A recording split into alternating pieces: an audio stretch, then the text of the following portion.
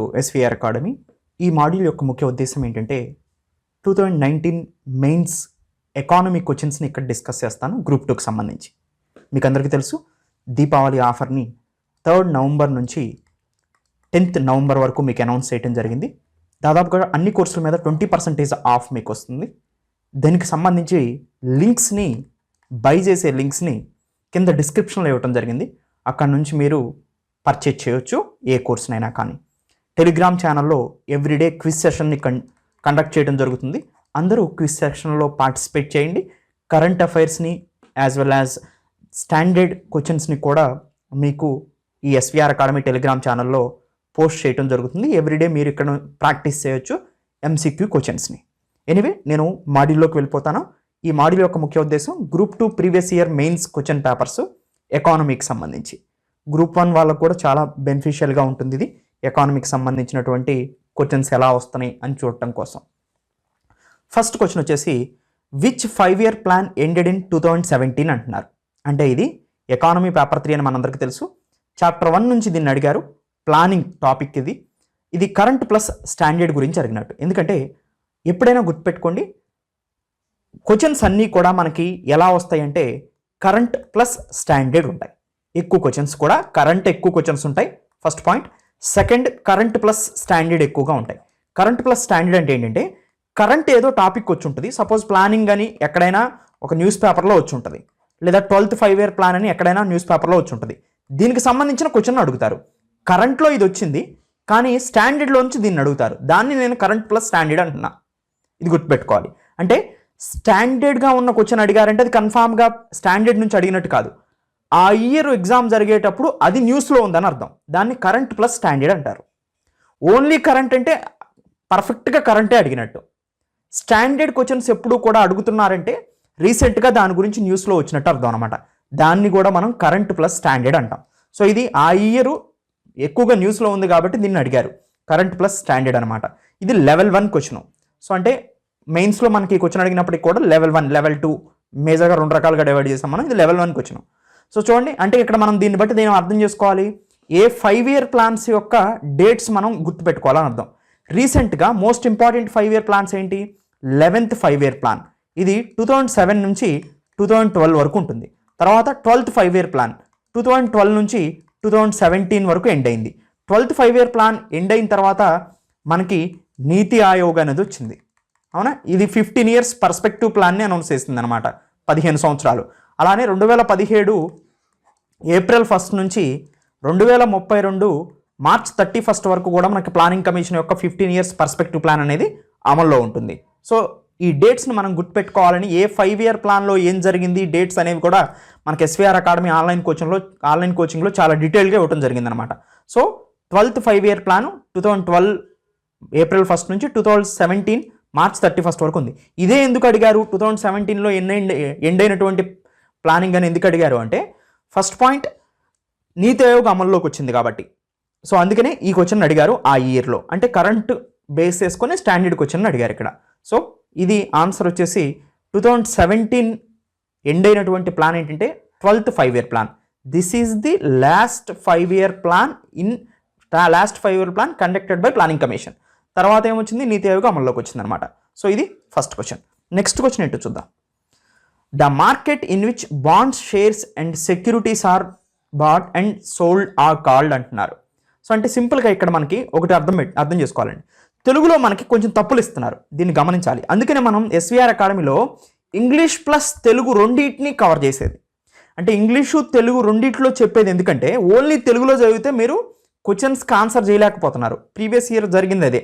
English Telugu terminology నేర్పడం వల్ల ఒకవేళ తెలుగులో కొంచెం తప్పు ఉంటే ఇంగ్లీష్లో నేర్చుకోవడానికి అవకాశం ఉంటుంది అనమాట. సో చూడండి, తెలుగులో ట్రాన్స్లేట్ చేసేటప్పుడు వీళ్ళు చాలా తప్పులు ఇస్తున్నారు. సో అది మనం గమనించాల్సింది. The market in which bond, shares and securities are bought and sold are called అంటున్నారు. సో బాండ్లు, షేర్లు మరియు కుదవ పెట్టినవి కొనడం, అమ్మడం జరిగే వ్యాపార కేంద్రం. చూడండి ఎంత తెలుగులో ఎంత తప్పించారు. సో దీన్ని మనం గమనించాలి. సో ఆన్సర్ వచ్చేసి మనకి క్యాపిటల్ మార్కెట్స్ అంటారు. క్యాపిటల్ మార్కెట్ అంటే ఏంటి అంటే ఇది ఒక ఫినాన్షియల్ మార్కెట్ అండి.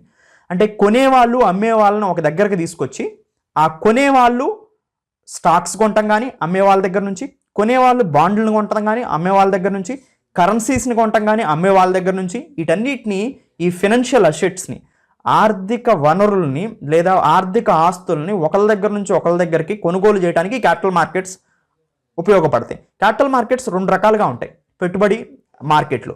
ఒకటి స్టాక్ మార్కెట్, దీన్ని సెకండరీ మార్కెట్ అంటారు, బాండ్ మార్కెట్. సో ఇలా మనకి 2 టైప్స్ ఆఫ్ మార్కెట్స్ ఉంటాయండి. షార్ట్ టర్మ్ బారోయింగ్ జరిగితే వాటిని మనీ మార్కెట్స్ అంటారు. లాంగ్ టర్మ్లో సెల్లింగ్ అండ్ బయింగ్ జరిగితే వాటిని క్యాపిటల్ మార్కెట్స్ అంటారు. క్యాపిటల్ మార్కెట్స్ రెండు రకాలుగా ఉంటాయి మళ్ళీ. ఒకటి స్టాక్ మార్కెట్, రెండోది బాండ్ మార్కెట్. స్టాక్ మార్కెట్ అంటే సెకండరీ మార్కెట్. సో మనకి చూడండి, ఫస్ట్ ఇష్యూ ట్రేడింగ్ అనేది లాంగ్ టర్మ్లో జరుగుతుంది. 1 సంవత్సరం కన్నా ఎక్కువ పీరియడ్లో జరిగే మార్కెట్స్ అన్నింటిని కూడా మనం క్యాపిటల్ మార్కెట్ అంటారు. 1 సంవత్సరం కన్నా తక్కువగా లావాదేవీలు జరిగితే అమ్మటం కానీ కొనటం కానీ వాటిని మనం మనీ మార్కెట్ అంటారు, మనీ మార్కెట్లు అంటారు అనమాట. సో ఏదైనా సెక్యూరిటీ ప్రైమరీ మార్కెట్ యాక్టివిటీ జరిగింది అంటే ముందు ఒక కంపెనీ ఉందండి, ఒక కంపెనీ నుంచి షేర్స్ని లేదా బాండ్స్ని నేను కొన్నాను, ఇది ప్రైమరీ మార్కెట్. అవునండి. సో ఇది ప్రైమరీ మార్కెట్. సెకండరీ మార్కెట్ అంటే ఏంటి? స్టాక్ మార్కెట్ అంటే ఈ పర్సన్ నుంచి ఇంకొక పర్సన్కి షేర్ అనేది ట్రాన్స్ఫర్ అయింది, ఈ పర్సన్ నుంచి ఇంకొక పర్సన్కి షేర్ అనేది ట్రాన్స్ఫర్ అయింది, ఇది సెకండరీ మార్కెట్ అవుతుంది అనమాట. లాంగ్ టర్మే కానీ ప్రైమరీ ఉంటుంది, సెకండరీ మార్కెట్స్ ఉంటాయి అనమాట. అలా యాక్టివిటీ జరుగుతుంది, దీన్ని క్యాపిటల్ మార్కెట్ అంటారు. సో ఇది మనకి చాప్టర్ 4కి సంబంధించి మనీ అండ్ బ్యాంకింగ్ చాప్టర్కి సంబంధించిందండి.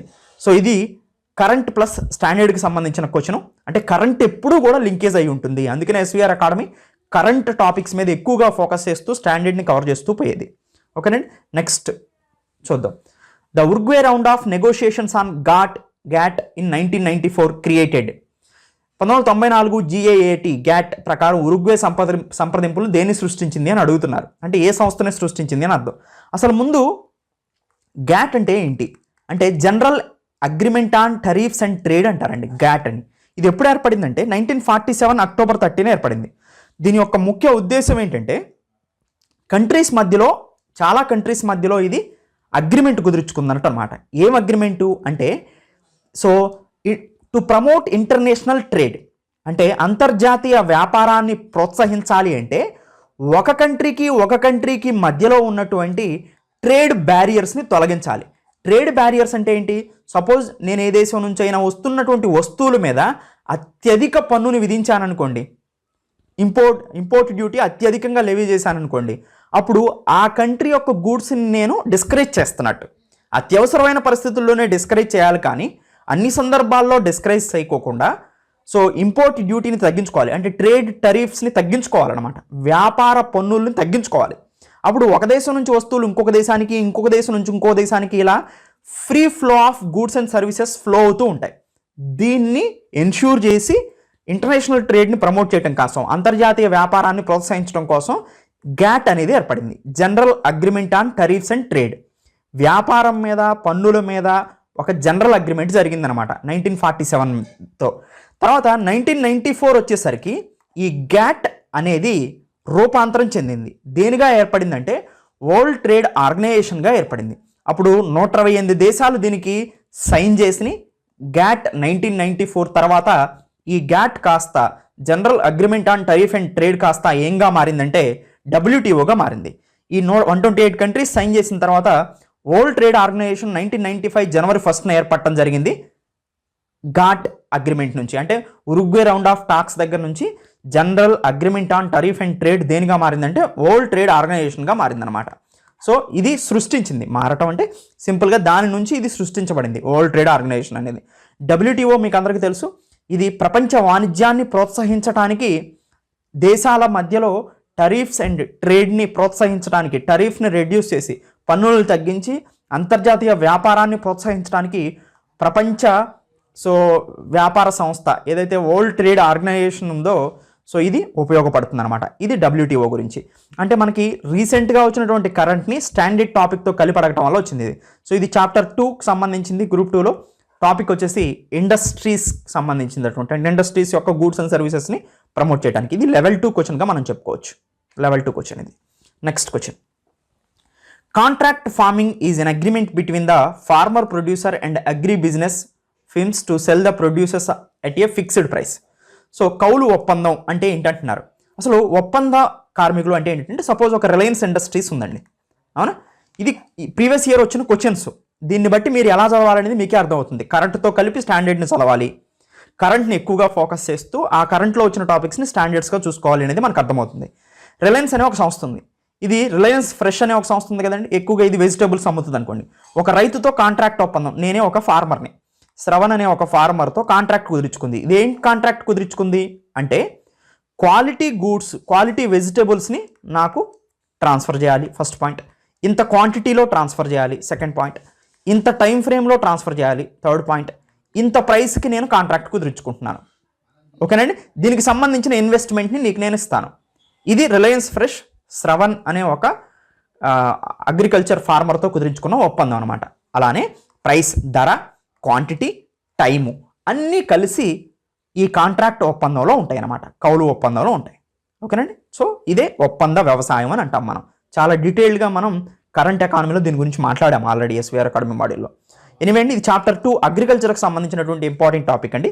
సో ఇది కరెంట్ ఎకానమీకి సంబంధించింది. లెవెల్ 2 క్వశ్చన్గా దీన్ని క్లాసిఫై చేయొచ్చు.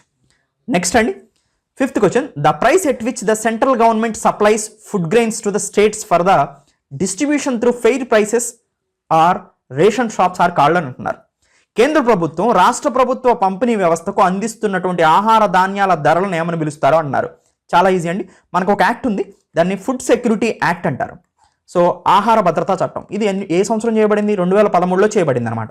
దీని ప్రకారం ఏంటి, రైస్ని 3 రూపీస్కి, వీటిని గోధుమల్ని 2 రూపాయలకి, తర్వాత సెరియల్స్, సో వీటిని 1 రూపాయికి అందిస్తారు, పప్పు ధాన్యాలని.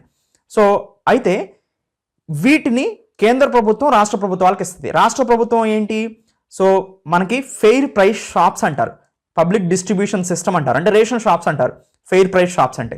ఈ ఫెయిర్ ప్రైస్ షాప్స్ ద్వారా సామాన్యమైన జనాలకు అందిస్తూ ఉంటారు అనమాట, పూర్ పీపుల్కి అందిస్తారు, అవునా. అయితే ఇలా అందించేటప్పుడు ఒక్కొక్కటి ఉంటుంది. సపోజ్ చూడండి, రైస్ ఉంది. రైసు రైతులు పండిస్తారు. పండించిన తర్వాత ఎవరు వీళ్ళ దగ్గర నుంచి గవర్నమెంట్ మినిమం సపోర్ట్ ప్రైస్, కనీస మద్దతు ధర కింద food corporation of India government తరఫున కొంటది.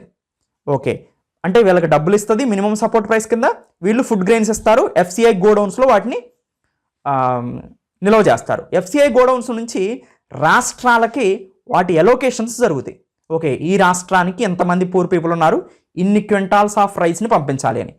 అప్పుడు ఆ ఫెయిర్ ప్రైస్ షాప్స్ ఏవైతే ఉన్నాయో వాళ్ళు ఒక ప్రైస్ని ఫుడ్ కార్పొరేషన్ ఆఫ్ ఇండియాకి ఇస్తారు, సెంట్రల్ గవర్నమెంట్కి ఇస్తారు, ఆ స్టేట్స్ ఇస్తాయి అన్నమాట. దాన్ని సెంట్రల్ ఇష్యూ ప్రైస్ అంటారు. సింపుల్గా చెప్పాలంటే సెంట్రల్ ఇష్యూ ప్రైస్ కింద, అంటే కేంద్ర ప్రభుత్వం రాష్ట్ర ప్రభుత్వ పంపిణీ వ్యవస్థకు ఆహార ధాన్యాలని ఏ ధరని నిర్ణయిస్తారంటే సెంట్రల్ ఇష్యూ ప్రైస్ కింద ఇస్తాయి అన్నమాట. అలా ఫుడ్ కార్పొరేషన్ ఆఫ్ ఇండియా నుంచి స్టేట్స్కి వెళ్తాయి. సో 3 రూపీస్ కింద.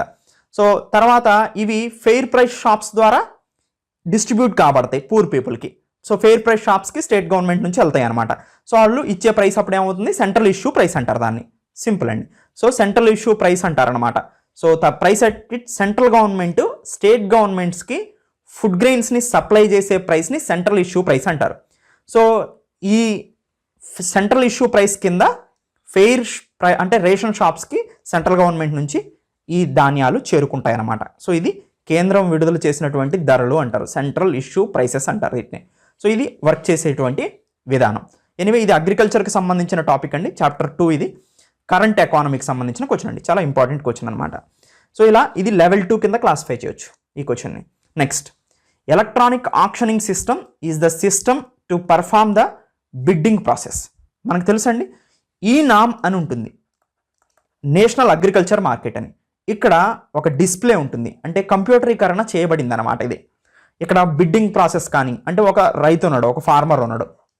ఈ ఫార్మరు తన వెజిటేబుల్స్ని ఎక్కడో ఒక దగ్గర అమ్మాలనుకుంటున్నాడు. ఆ అమ్మాలంటే ఆ ప్రైస్ని ముందుగానే తెలుసుకోవటం కానీ, సో కాంట్రాక్ట్ ఆ వెజిటేబుల్స్ని అమ్మటం కానీ ఎలక్ట్రానిక్ ట్రేడ్ ప్లాట్ఫామ్ ద్వారానే చేస్తారు. ఈ ఎలక్ట్రానిక్ ట్రేడింగ్ పోర్టల్ అనేది బిడ్డింగ్ ఉపయోగపడుతుంది, సెల్లింగ్ అండ్ బయింగ్ ఉపయోగపడుతుంది. సో ఇలా అనుసంధానం చేస్తుంది అనమాట సెల్లర్ని బయ్యర్ని. సో ఇలా దీన్ని ఏమంటారంటే ఎలక్ట్రానిక్ వాణిజ్య ప్రవేశ అంటారు. సో చూడండి, తెలుగులో తప్పిచ్చారు, అందుకనే తెలుగులో చాలా తప్పులు ఇచ్చారు పోయినసారి క్వశ్చన్ పేపర్స్ అన్నీ కూడా. దానివల్ల తెలుగు స్టూడెంట్స్ నష్టపోయారు. అందుకనే ఇంగ్లీష్ తెలుగు రెండిట్లో చదవటం వల్ల మీకు బెనిఫిట్గా ఉంటుందన్నమాట. అందుకనే ఎస్వీఆర్ అకాడమీ నుంచి అలా ఇవ్వటానికి గల కారణం. ఎనీవే, సో ఇలా రైతులు ఒక మార్కెట్ ఎలక్ట్రానిక్ ఈ ప్లాట్ఫామ్ని, ఈ నామ్ను ఉపయోగించుకొని వస్తువుల్ని అమ్మటం కానీ కొనటం కానీ చేయొచ్చు అనమాట. సో ఇది ఈ నామ్. దీన్ని ఎలక్ట్రానిక్ ట్రేడింగ్ పోర్టల్ అంటారు. ఇలా ఎలక్ట్రానిక్ ట్రేడింగ్ పోర్టల్ ద్వారా సో అమ్మటం కొనుగోలు జరుగుతూ ఉంటాయి, రైతులకు కానీ లేకపోతే అదర్ బిడ్డింగ్ చేసుకునే వాళ్ళకి కానీ ఎవరికైనా కానీ. సో ఈ నామ్ మాత్రం రైతులకి ఎక్కువగా బెనిఫిషియల్గా ఉంటుందన్నమాట. సో ఇది చాప్టర్ 2 అగ్రికల్చర్కి సంబంధించింది, కరెంట్ ఎకానమీ అండి. ఇది లెవెల్ 1 క్వశ్చన్గా దీన్ని ట్రీట్ చేయొచ్చు, లెవెల్ 2 క్వశ్చన్గా దీన్ని ట్రీట్ చేయొచ్చు.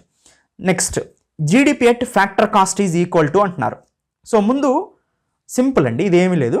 సపోజ్ నేను పెన్ కొన్నాను, అవునండి, ఒక పెన్ కొన్నప్పుడు ఈ పెన్కి సంబంధించినటువంటి సబ్సిడీస్ నాకు గవర్నమెంట్ నుంచి రబ్బర్ మీద సబ్సిడీ వచ్చింది అనుకుందాం. సబ్సిడీ నాకు ఇచ్చారండి, రబ్బర్ మీద సబ్సిడీ ఇచ్చారు. ఈ పెన్నుని రబ్బర్తో తయారు చేస్తున్నా, గవర్నమెంట్ నాకు సబ్సిడీ ఇచ్చింది. గవర్నమెంట్ నా మీద పన్నులు విధించింది. ఈ పెన్ను మీద ఒక ₹2 పెన్ను 10 రూపాయలండి, నాకు రూపాయి సబ్సిడీ గవర్నమెంట్ ఇచ్చింది. పన్ను నా మీద ₹2 పన్ను వేసింది. దీని మీద పన్ను ₹2 పన్ను విధించింది నా మీద. తర్వాత ఈ పెన్ను తయారు చేయడానికి నాకు కాస్ట్ వచ్చేసి ₹7 మొత్తం పెన్ను తయారు చేయడానికి కాస్ట్ కానీ నా ప్రాఫిట్ కానీ ₹7 వచ్చింది అనుకున్నా. అప్పుడు ఈ ₹7 ఏదైతే ఉందో ఇది పెన్ను తయారు చేయడానికి నా ప్రాఫిట్, రెండు కనుక్కున్నాను. గవర్నమెంట్ నా మీద విధించిన సపోజ్ ₹8 అండి, 8 సో ₹9 అయింది అనుకుందాం మొత్తం నా ప్రాఫిట్ పెన్ను కలుపుకొని. నా పెన్ తయారు చేయడానికి మ్యానుఫ్యాక్చరింగ్కి ప్లస్ నా ప్రాఫిట్ ₹9 అయింది. సో ₹8 అయింది. ₹8 అయింది అనుకోండి, ₹9 అయింది అనుకుందాం. ₹9 అయింది, 9 పన్ను ₹2 విధించారు, మొత్తం ₹11 అయింది. నాకు ఇచ్చినటువంటి సబ్సిడీ రూపాయి తీసేసాం, ఎందుకంటే నాకు ఆల్రెడీ వచ్చింది ఆ సబ్సిడీ. తీసేస్తే ఇప్పుడు పెన్నుని నేను ఎంత కమ్మాలంటే ₹10 కమ్మాలి. ₹10కి నేను పెన్ను అమ్మాలంటే నాకు పెన్ను తయారైంది ప్లస్ దాని మీద నాకు ప్రాఫిట్ ఎంత కావాలి అనేది ప్లస్ నా మీద ఎంత పన్ను విధించారు. ఓకే, 9, ₹2 పన్ను విధించారు, ₹11. నాకు గవర్నమెంట్ నుంచి ఎంత సహాయం అందింది ఆ పెన్ను తయారు చేయడానికి, ఒక్కొక్క పెన్ను తయారు చేయడానికి ₹1 సహాయం అందింది. అప్పుడు 9 + 2 9 + 2 11 11 - 1 ₹10. సో ఇలా నేను పెన్ ప్రైస్ని క్యాలిక్యులేట్ చేస్తాను అనమాట. అదే జీడిపి అట్ ద మార్కెట్ కాస్ట్కి రావాలంటే గవర్నమెంట్ ఇచ్చిన సబ్సిడీలు తీసేయాలి, గవర్నమెంట్ నా మీద విధించిన ట్యాక్సెస్లను కలపాలి, దేనికి పెన్ తయారైనటువంటి ప్రాఫిట్తో కలుపుకొని మొత్తం పెన్కి. సో ఇది ఇప్పుడు మనకి ఇక్కడ ఏం అడిగారు, జీడిపి ఎట్ ఫ్యాక్టర్ కాస్ట్ అడిగారు. So GDP at factor cost అంటే ఈ రెండింటిని అవతల వైపుకి తీసుకెళ్ళండి. GDP at market price plus subsidies minus indirect taxes, పరోక్ష పన్నులు. సో ఇది ఆన్సర్ అనమాట. చాలా ఈజీ ఇది క్వశ్చన్. సో అందుకనే మనం చాలా ఈజీగా నేను జీడిపి కాన్సెప్ట్స్ని చాలా ఈజీగా మీకు చెప్పేశాను. ఇది చాలా పర్ఫెక్ట్గా ఉంటుందన్నమాట. 1 అవర్ లెసన్లోనే మొత్తం మనకి నేషనల్ ఇన్కమ్ మొత్తం ఈజీగా అయిపోయింది. సో ఎస్విఆర్ అకాడమీలో ఎనీవేండి, ఇది చాప్టర్ 5కి సంబంధించింది, గ్రూప్ 2లో నేషనల్ ఇన్కమ్కి సంబంధించింది స్టాండర్డ్ క్వశ్చన్ అనమాట. సో ఇది ఒక కంప్లీట్గా స్టాండర్డ్ క్వశ్చన్, కానీ ఏదో కన్ఫామ్గా ఆ కరెంట్ ఈవెంట్ ఉంటుంది, దాని ప్రకారం అడిగారు. సో ఇది కొంచెం ట్విస్ట్ చేసి అడిగారు కాబట్టి డైరెక్ట్గా కాకుండా లెవెల్ 2 క్వశ్చన్గా దీన్ని క్లాసిఫై చేయొచ్చు. Next, goods for which demand directly related to income or called అంటున్నారు. ఎనీవేండి, ఆదాయానికి సంబంధించి ప్రత్యక్షంగా కోరుకునే వస్తువులు ఇలా అంటారు. చూడండి, తెలుగు మొత్తం తప్పులేవి. సో సాధారణ వస్తువులు అంటారండి. సాధారణ వస్తువులు నార్మల్ గూడ్స్ అంటారు. నార్మల్ గూడ్స్ అంటే ఏంటంటే, సపోజ్ మనం సాధారణమైనటువంటి ప్రజలం, సో రిచ్ కాదు, నార్మల్ మిడిల్ క్లాస్ వాళ్ళం అనుకోండి. మన ఇన్కమ్ పెరిగింది, మన ఆదాయం పెరిగింది. మన ఆదాయం పెరిగితే సాధారణమైన వస్తువులు అంటే ఆహార పదార్థాలు కానీ, చాక్లెట్స్ కానీ, బిస్కెట్స్ కానీ, ఇలాంటి గోధుమలు కానీ, వరి కానీ, ఓకేనండి, ఇట్లాంటి సాధారణ వస్తువులను ఎక్కువ కొంటారా లేదా? కన్ఫామ్గా కొంటారు. సామాన్యులు ఎక్కువగా భారతదేశంలో ఉంటారు కాబట్టి, లేదా ఏ దేశంలో అయినా సామాన్యులు ముందు ఆహార పదార్థాల మీద ఎక్కువ కొనడానికి ప్రయత్నం చేస్తారు. ఆహార పదార్థాలన్నీ సాధారణ వస్తువులు. ఒకవేళ సాధారణ వ్యక్తికి కూడా ఇన్కమ్ పెరుగుతుంటే సాధారణ వస్తువులను ఎక్కువగా కొంటారనమాట. సో రిచ్ పీపుల్కి ఇన్కమ్ పెరుగుతుంటే లగ్జరీ గూడ్స్ను కొంటుంటారు. సో అలానే సాధారణ వస్తువులకి డిమాండ్ ఎప్పుడు పెరుగుతుంది? సాధారణ వ్యక్తులకి ఇన్కమ్ పెరిగినప్పుడు. సింపుల్గా ఇన్కమ్ పెరిగితే సాధారణ వస్తువుల యొక్క ధరలు పెరుగుతాయి అన్నమాట, దానికి డిమాండ్ పెరుగుతుంది. అదే ఇక్కడ అడిగారు. ఓకేనండి. సో సాధారణ వస్తువులు సాధారణ వ్యక్తుల యొక్క ఇన్కమ్లు ఎక్కువగా, అందరి యొక్క ఇన్కమ్ పెరిగితే, అందరిది సాధారణ వ్యక్తుల ఇన్కమే కాదు అందరి ఇన్కమ్లు పెరిగినా కానీ తినే వస్తువులకు డిమాండ్ పెరుగుతుందా లేదండి? ఎందుకంటే ఎక్కువ వస్తువులను కొనడానికి ప్రయత్నం చేస్తారు కాబట్టి ఆహార పదార్థాలని, అప్పుడు ఆటోమేటిక్గా వాటి యొక్క ధరలు పెరగడానికి అవకాశం ఉందన్నమాట. సో వాటి డిమాండ్ పెరుగుతుంది, ధర పెరుగుతుంది అంటే దాని అర్థం. అవునండి. సో ఇక్కడ మనకి నార్మల్ గూడ్స్ ఆన్సర్ అనమాట. ఎనివే ఇది ఎకానమీ బేసిక్స్ నుంచి ఈ క్వశ్చన్ అడిగినట్టండి. కరెంట్ ఎకానమీని ఆ రీసెంట్గా వచ్చినటువంటి కరెంట్ ఎకానమీ మీద ఇది డిపెండ్ అయి ఉంది. Next question, the amount of tax to be paid is proportionate to the value of the commodity in respect of. A tax? దీన్ని బడ్జెట్ నుంచి అడిగారండి. చాప్టర్ 4 కరెంట్ ఎకానమీకి సంబంధించిన ఆ ఇయర్ బడ్జెట్లో దీని గురించి ప్రస్తావన వచ్చింది కాబట్టి. సపోజ్ చూడండి, యాడ్ వలోరమ్ ట్యాక్స్ అనేది సింపుల్గా యాడ్ వలోరమ్ ట్యాక్స్ అంటే ఏంటంటే imposed on the basis of the monetary value so of the tax item. సింపుల్గా చూడండి, ఒక హౌస్ని నేను అమ్మానండి. ఒక హౌస్ని అమ్ముతూ ఉంటే దాని మీద ప్రాపర్టీ ట్యాక్స్ పడుతుంది. Property tax is a type of ad valorem tax. Sales tax is a ad valorem tax. ఏదైనా మీరు అమ్ముతుంటున్నా కొంటున్నా మీ మీద విధించే ట్యాక్స్ని యాడ్ వలోరమ్ ట్యాక్స్ అంటారండి. అది వ్యాట్ కానీ ఎగ్జాంపుల్, సేల్స్ ట్యాక్స్ కానీ ప్రాపర్టీ ట్యాక్స్ కానీ ఎగ్జాంపుల్. సింపుల్ అండి, ఒక హౌస్ని మీరు అమ్ముతున్నారు. అమ్మేటప్పుడు సపోజ్ అది ఒక 10 లక్షలు అనుకోండి, 4% ప్రాపర్టీ ట్యాక్స్ని మీరు కట్టాలనుకోండి. అప్పుడు మీరు కట్టేటువంటి 4% ట్యాక్స్ ఏదైతే ఉందో దాన్ని ad valorem tax. Property tax is one type of ad valorem tax. ఇలా యాడ్ వలోరమ్ ట్యాక్స్ అంటారు అనమాట. ఇది బడ్జెట్లో అప్పుడు వచ్చింది. యాడ్ వలోరమ్ ట్యాక్స్ని తగ్గించడం వల్ల ఆ ఇయర్ బడ్జెట్లో ఇది వచ్చింది. అందుకని దీన్ని 2019 మెయిన్స్ క్వశ్చన్ పేపర్లో అడగడం జరిగింది అనమాట. ఎనీవే ఇది బడ్జెట్కి సంబంధించిందండి. ఇది లెవెల్ 2 క్వశ్చన్ కానీ చెప్పొచ్చు, లెవెల్ 1 కన్నా కూడా. ఎనీవే నెక్స్ట్ క్వశ్చన్ ఏంటో చూద్దాం. Which of the following public sector was open to private sector on May 9th 2001. 2001లో ఉన్న కరెంట్ అఫైర్స్ క్వశ్చన్ ఇక్కడ అడిగారు. దానికి సంబంధించి రీసెంట్గా ఆర్మ్స్ అండ్ అమ్యునేషన్కి సంబంధించి ప్రైవేటైజేషన్ చేయొచ్చా చేయకూడదా అని ఎప్పుడు వచ్చిందంటే 2019లో ఈ రైజ్ అయింది. అంటే ఇది కరెంట్ ఎకానమీ అనమాట. 2019లో ఆర్మ్స్ అండ్ అమ్యునేషన్కి సంబంధించి ఈ టాపిక్ ఎరైజ్ అయింది. దాంతో ఆర్మ్స్ అండ్ అమ్యునేషన్కి సంబంధించి ఇంతకుముందు పబ్లిక్ సెక్టార్లోనే ఉంచేవాళ్ళు దీన్ని. అంటే ప్రభుత్వం సంస్థగానే ఇది ఉండేది. ఏంటి, మందుగుండి సామాగ్రి చేయడం అనేది ప్రభుత్వ సంస్థగానే ఉండేది. తర్వాత మోడర్న్ టెక్నాలజీ రావటం కోసం ప్రైవేటు వ్యక్తుల్ని, ఫారెన్ వ్యక్తుల్ని కూడా ఆర్మ్స్ అండ్ అమ్యునేషన్ తయారు చేయడానికి ఇండియాలో ఎలో చేశారనమాట. దానివల్ల ఆర్మ్స్ అండ్ మందుగుండి సామాగ్రి తయారు చేయడానికి ఆర్మీకి సంబంధించి వీళ్ళు ప్రైవేట్ సెక్టార్ వస్తే టెక్నాలజీ డెవలప్మెంట్ అవుతుంది. పబ్లిక్ సెక్టార్లో ఉంటే ఎప్పటికీ ల్యాగ్గానే ఉంటుంది. కాబట్టి ఇలా ఆర్మ్స్ అండ్ అమ్యునేషన్లో కానీ రైల్వేస్లో కానీ ఫారెన్ డైరెక్ట్ ఇన్వెస్ట్మెంట్ని ఓపెన్ చేయడం జరిగిందనమాట. ఈవెన్ ప్రైవేటైజేషన్ చేయడం కూడా జరిగింది. ప్రైవేట్ వ్యక్తులను కూడా ఇంట్రొడ్యూస్ చేయడం జరిగిందనమాట.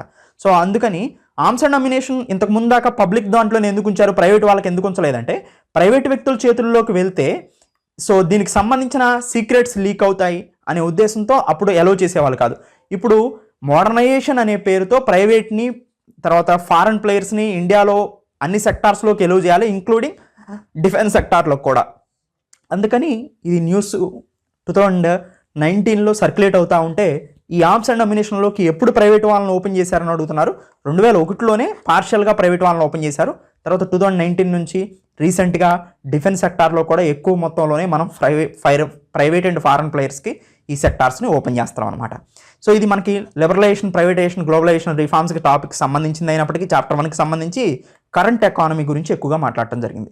ఎనివే అండి, సమయం దొరికినప్పుడల్లా ఇలా క్వశ్చన్స్ నేను ఎక్స్ప్లెయిన్ చేస్తూ ఉంటాను, ప్రీవియస్ ఇయర్ క్వశ్చన్ పేపర్స్ని.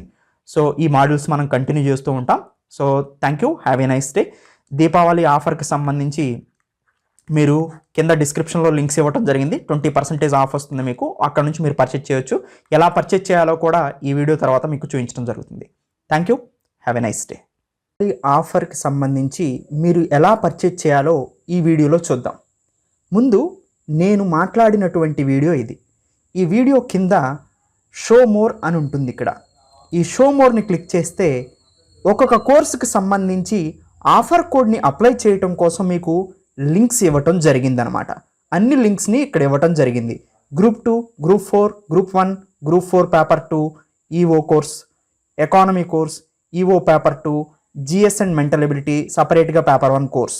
ఇలా మీరు ఏ కోర్సు కొనాలనుకుంటున్నారో ఆ కోర్సు కింద లింక్ని క్లిక్ చేయాలి. సపోజ్ నేను అన్నిటికీ సేమ్ ప్రొసీజరు ఒక లింక్ని ఎలా పర్చేజ్ చేయాలో మీకు చూపిస్తున్నాను. ఫస్ట్ గ్రూప్ 2 కోర్స్ లింక్ని నేను పర్చేజ్ చేయాలనుకుంటున్నాను. ఈ లింక్ని ఇలా క్లిక్ చేస్తాను. ఇలా క్లిక్ చేసిన తర్వాత లింక్ ఓపెన్ అవుతుందన్నమాట. లింక్ ఓపెన్ అయిన తర్వాత మీ నేమ్ ఏంటి అనేది టైప్ చేస్తారు. ఓకే, నా నేమ్ టైప్ చేశాను. నా ఈమెయిల్ ఐడిని టైప్ చేస్తాను. ఓకే, నా ఈమెయిల్ ఐడి టైప్ చేస్తున్నాను. ఓకే, నా ఈమెయిల్ ఐడి టైప్ చేసిన తర్వాత నా ఫోన్ నెంబర్ అడుగుతున్నారు. ఓకే, నా ఫోన్ నెంబర్ని టైప్ చేశాను. ఫోన్ నెంబర్ టైప్ చేసిన తర్వాత డిస్కౌంట్ కోడ్, ఇక్కడ కోడ్ అడుగుతుంది. మీకు ఆఫర్ కోడ్ ఏంటి? ఏపీపీఎస్సి అనేది ఆఫర్ కోడ్. దాన్ని అప్లై టైప్ చేస్తారు. అప్లై చేసిన తర్వాత చూడండి 20% డిస్కౌంట్ అంటే 1000 రూపీస్ ఆఫ్ వచ్చి మీకు 4000 రూపీస్ పే చేయాలంటుంది. తర్వాత నెక్స్ట్ క్లిక్ చేస్తారు. ఇలా మీరు పేమెంట్ మెథడ్ని మోర్ పేమెంట్ ఆప్షన్స్ అని ఉంటుంది. ఇలా మీరు క్రెడిట్ కార్డ్ ద్వారా కానీ, డెబిట్ కార్డ్ కానీ, నెట్ బ్యాంకింగ్ కానీ, ఈఎంఐ కానీ, వ్యాలెట్స్ కానీ, ఇలా నెఫ్ట్ కానీ, బ్యాంక్ ట్రాన్స్ఫర్ కానీ, ఎలా అయినా కానీ మీరు దీన్ని పర్చేజ్ చేయొచ్చు. వన్స్ మీరు పర్చేజ్ చేసిన తర్వాత కోర్స్ ఆటోమేటిక్గా యాక్టివేట్ అయిపోతుంది. కోర్స్ యాక్టివేట్ అయిన తర్వాత మీకు ఇలా యూజర్లోకి ఇలా వెళ్ళిపోతారు. మీ యూజర్ నేమ్ని, మీ పాస్వర్డ్ని ఎంటర్ చేసిన తర్వాత సింపుల్గా ఇలా వెళ్ళిపోయిన తర్వాత ఇక్కడ మీరు వీడియో కోర్స్ ఇవ్వడం జరుగుతుంది, స్టడీ మెటీరియల్ ఇవ్వడం జరుగుతుంది, టెస్ట్ సిరీస్ ఇవ్వడం జరుగుతుంది. ఇలా చాలా రకాలుగా వీడియో కోర్స్ మొత్తం టోటల్గా స్టడీ మెటీరియల్, టెస్ట్ సిరీస్ ఇలా ఇవ్వడం జరుగుతుంది.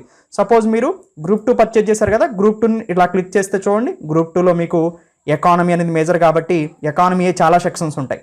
సో ఇక్కడ చూడండి 4-5 సెక్షన్స్ ఎకానమీ ఉంటుంది అనమాట, అంత డీటెయిల్గా. తర్వాత ఏపీ హిస్టరీ, పాలిటీ, తర్వాత current polity, international relations, science and technology, environment. So paper 1కి సంబంధించినటువంటి Indian history, Indian geography, general mental ability చాలా ఉన్నాయి. ఇవన్నీ కూడా ఒక్కొక్క మాడ్యూల్, అంటే చాలా డీటెయిల్గా సిలబస్ని మీకు ఇవ్వడం జరుగుతుంది. కరెంట్ అఫైర్స్ చూడండి ఎవ్రీ అప్డేట్ అవుతుంది ఎవ్రీ మంత్. అక్టోబర్లో కూడా చూడండి అక్టోబర్ కరెంట్ అఫైర్స్, ఇవన్నీ కూడా October current affairs. So schemes, ఇలా డిజాస్టర్ మేనేజ్మెంట్. పేపర్ 3 ఏపీ ఎకానమీకి సంబంధించింది, ప్రీవియస్ ఇయర్కి వచ్చిన పేపర్స్, ఏపీకి సంబంధించిన సపరేట్ కరెంట్ అఫైర్స్, ఇలా చాలా డీటెయిల్గా ఉంటాయి. సపోజ్ ఇప్పుడు గ్రూప్ 4 చూద్దాం. గ్రూప్ 4 మీకు ఎలా ఉండింది అనేది. సో గ్రూప్ 4 చూడండి. ఓకే, గ్రూప్ 4 ఇక్కడ ఉంది. గ్రూప్ 4 మీద మీకు ఇలా కనిపిస్తుంది, క్లిక్ చేయటమే. గ్రూప్ 4 కూడా కంప్లీట్ సిలబస్ మీకు ఎస్వీఆర్ అకాడమీ నుంచి కంప్లీట్ చేయడం జరిగింది. కరెంట్ అఫైర్స్ కానీ, సైన్స్ అండ్ టెక్నాలజీ ఇవన్నీ paper 1, modern Indian history, Indian polity and governance, Indian economy, physical Geography, disaster management, environment and sustainable development, arithmetic and reasoning. తర్వాత ఏపీకి సంబంధించిన అన్ని టాపిక్స్. పేపర్ 2కి సంబంధించినటువంటి ఇంగ్లీష్ కంప్లీట్ అయిపోయింది, ఇచ్చేసాం. పేపర్ 2కి సంబంధించినటువంటి తెలుగు కంప్లీట్ అయిపోయింది, ఇచ్చేసాం. ఇలా చాలా డీటెయిల్గా మీకు ప్రతి కోర్సు కూడా ఉంటుందన్నమాట. ఈవెన్ ఈఓ కోర్సు కూడా మీకు అలానే ఉంటుంది. ఈఓ టోటల్ కోర్స్ తీసుకున్నా మీరు, సో ఈఓ టోటల్ కోర్స్ తీసుకున్నా కానీ చూడండి. సో మొత్తం పేపర్ 1కి సంబంధించిన current affairs, science and technology, paper 1 ఈ మొత్తం కూడా పేపర్ 1 మొత్తం చూడండి. పేపర్ 2 కూడా Hindu philosophy and temple system చాలా వీడియోస్ ఉంటాయి మీకు. సో కంప్లీట్గా 5 or 6 చాప్టర్స్ అయిపోయినాయి, అవి కంటిన్యూ అవుతూ ఉంటాయి అన్నమాట. సో ఇలా మీకు చాలా డీటెయిల్గా సిలబస్ మొత్తాన్ని అందించడం జరుగుతుంది. సో ఈ ఆఫర్ని అందరూ ఉపయోగించుకొని సో ఎస్వీఆర్ అకాడమీ కోర్స్ని పర్చేజ్ చేయండి. సో మీరు ఈ ఎస్వీఆర్ అకాడమీలో ఉండటం వల్ల 0 నుంచి మీకు స్టార్ట్ అవుతుంది కోర్స్ ఏదైనా కానీ. సో కొత్తగా ప్రిపేర్ అవ్వాలని కానీ వాళ్ళకి ఎటువంటి సమస్య లేదు. జస్ట్ ఇక్కడ ప్రొవైడ్ చేసినటువంటి స్టడీ మెటీరియల్ కావాలనుకోండి, స్టడీ మెటీరియల్ క్లిక్ చేయండి, ఇక్కడ స్టడీ మెటీరియల్ ఓపెన్ అవుతుంది. సపోజ్ గ్రూప్ 2 స్టడీ మెటీరియల్ కావాలి నాకు. సో గ్రూప్ 2 స్టడీ మెటీరియల్ చూడండి, ఇండియన్ ఎకానమీ, తెలుగు ఇంగ్లీషు, ఇలా బోత్ అన్నిటికి కూడా స్టడీ మెటీరియల్ మీకు ప్రొవైడ్ చేయడం జరుగుతుంది అనమాట. Thank you, have a nice day.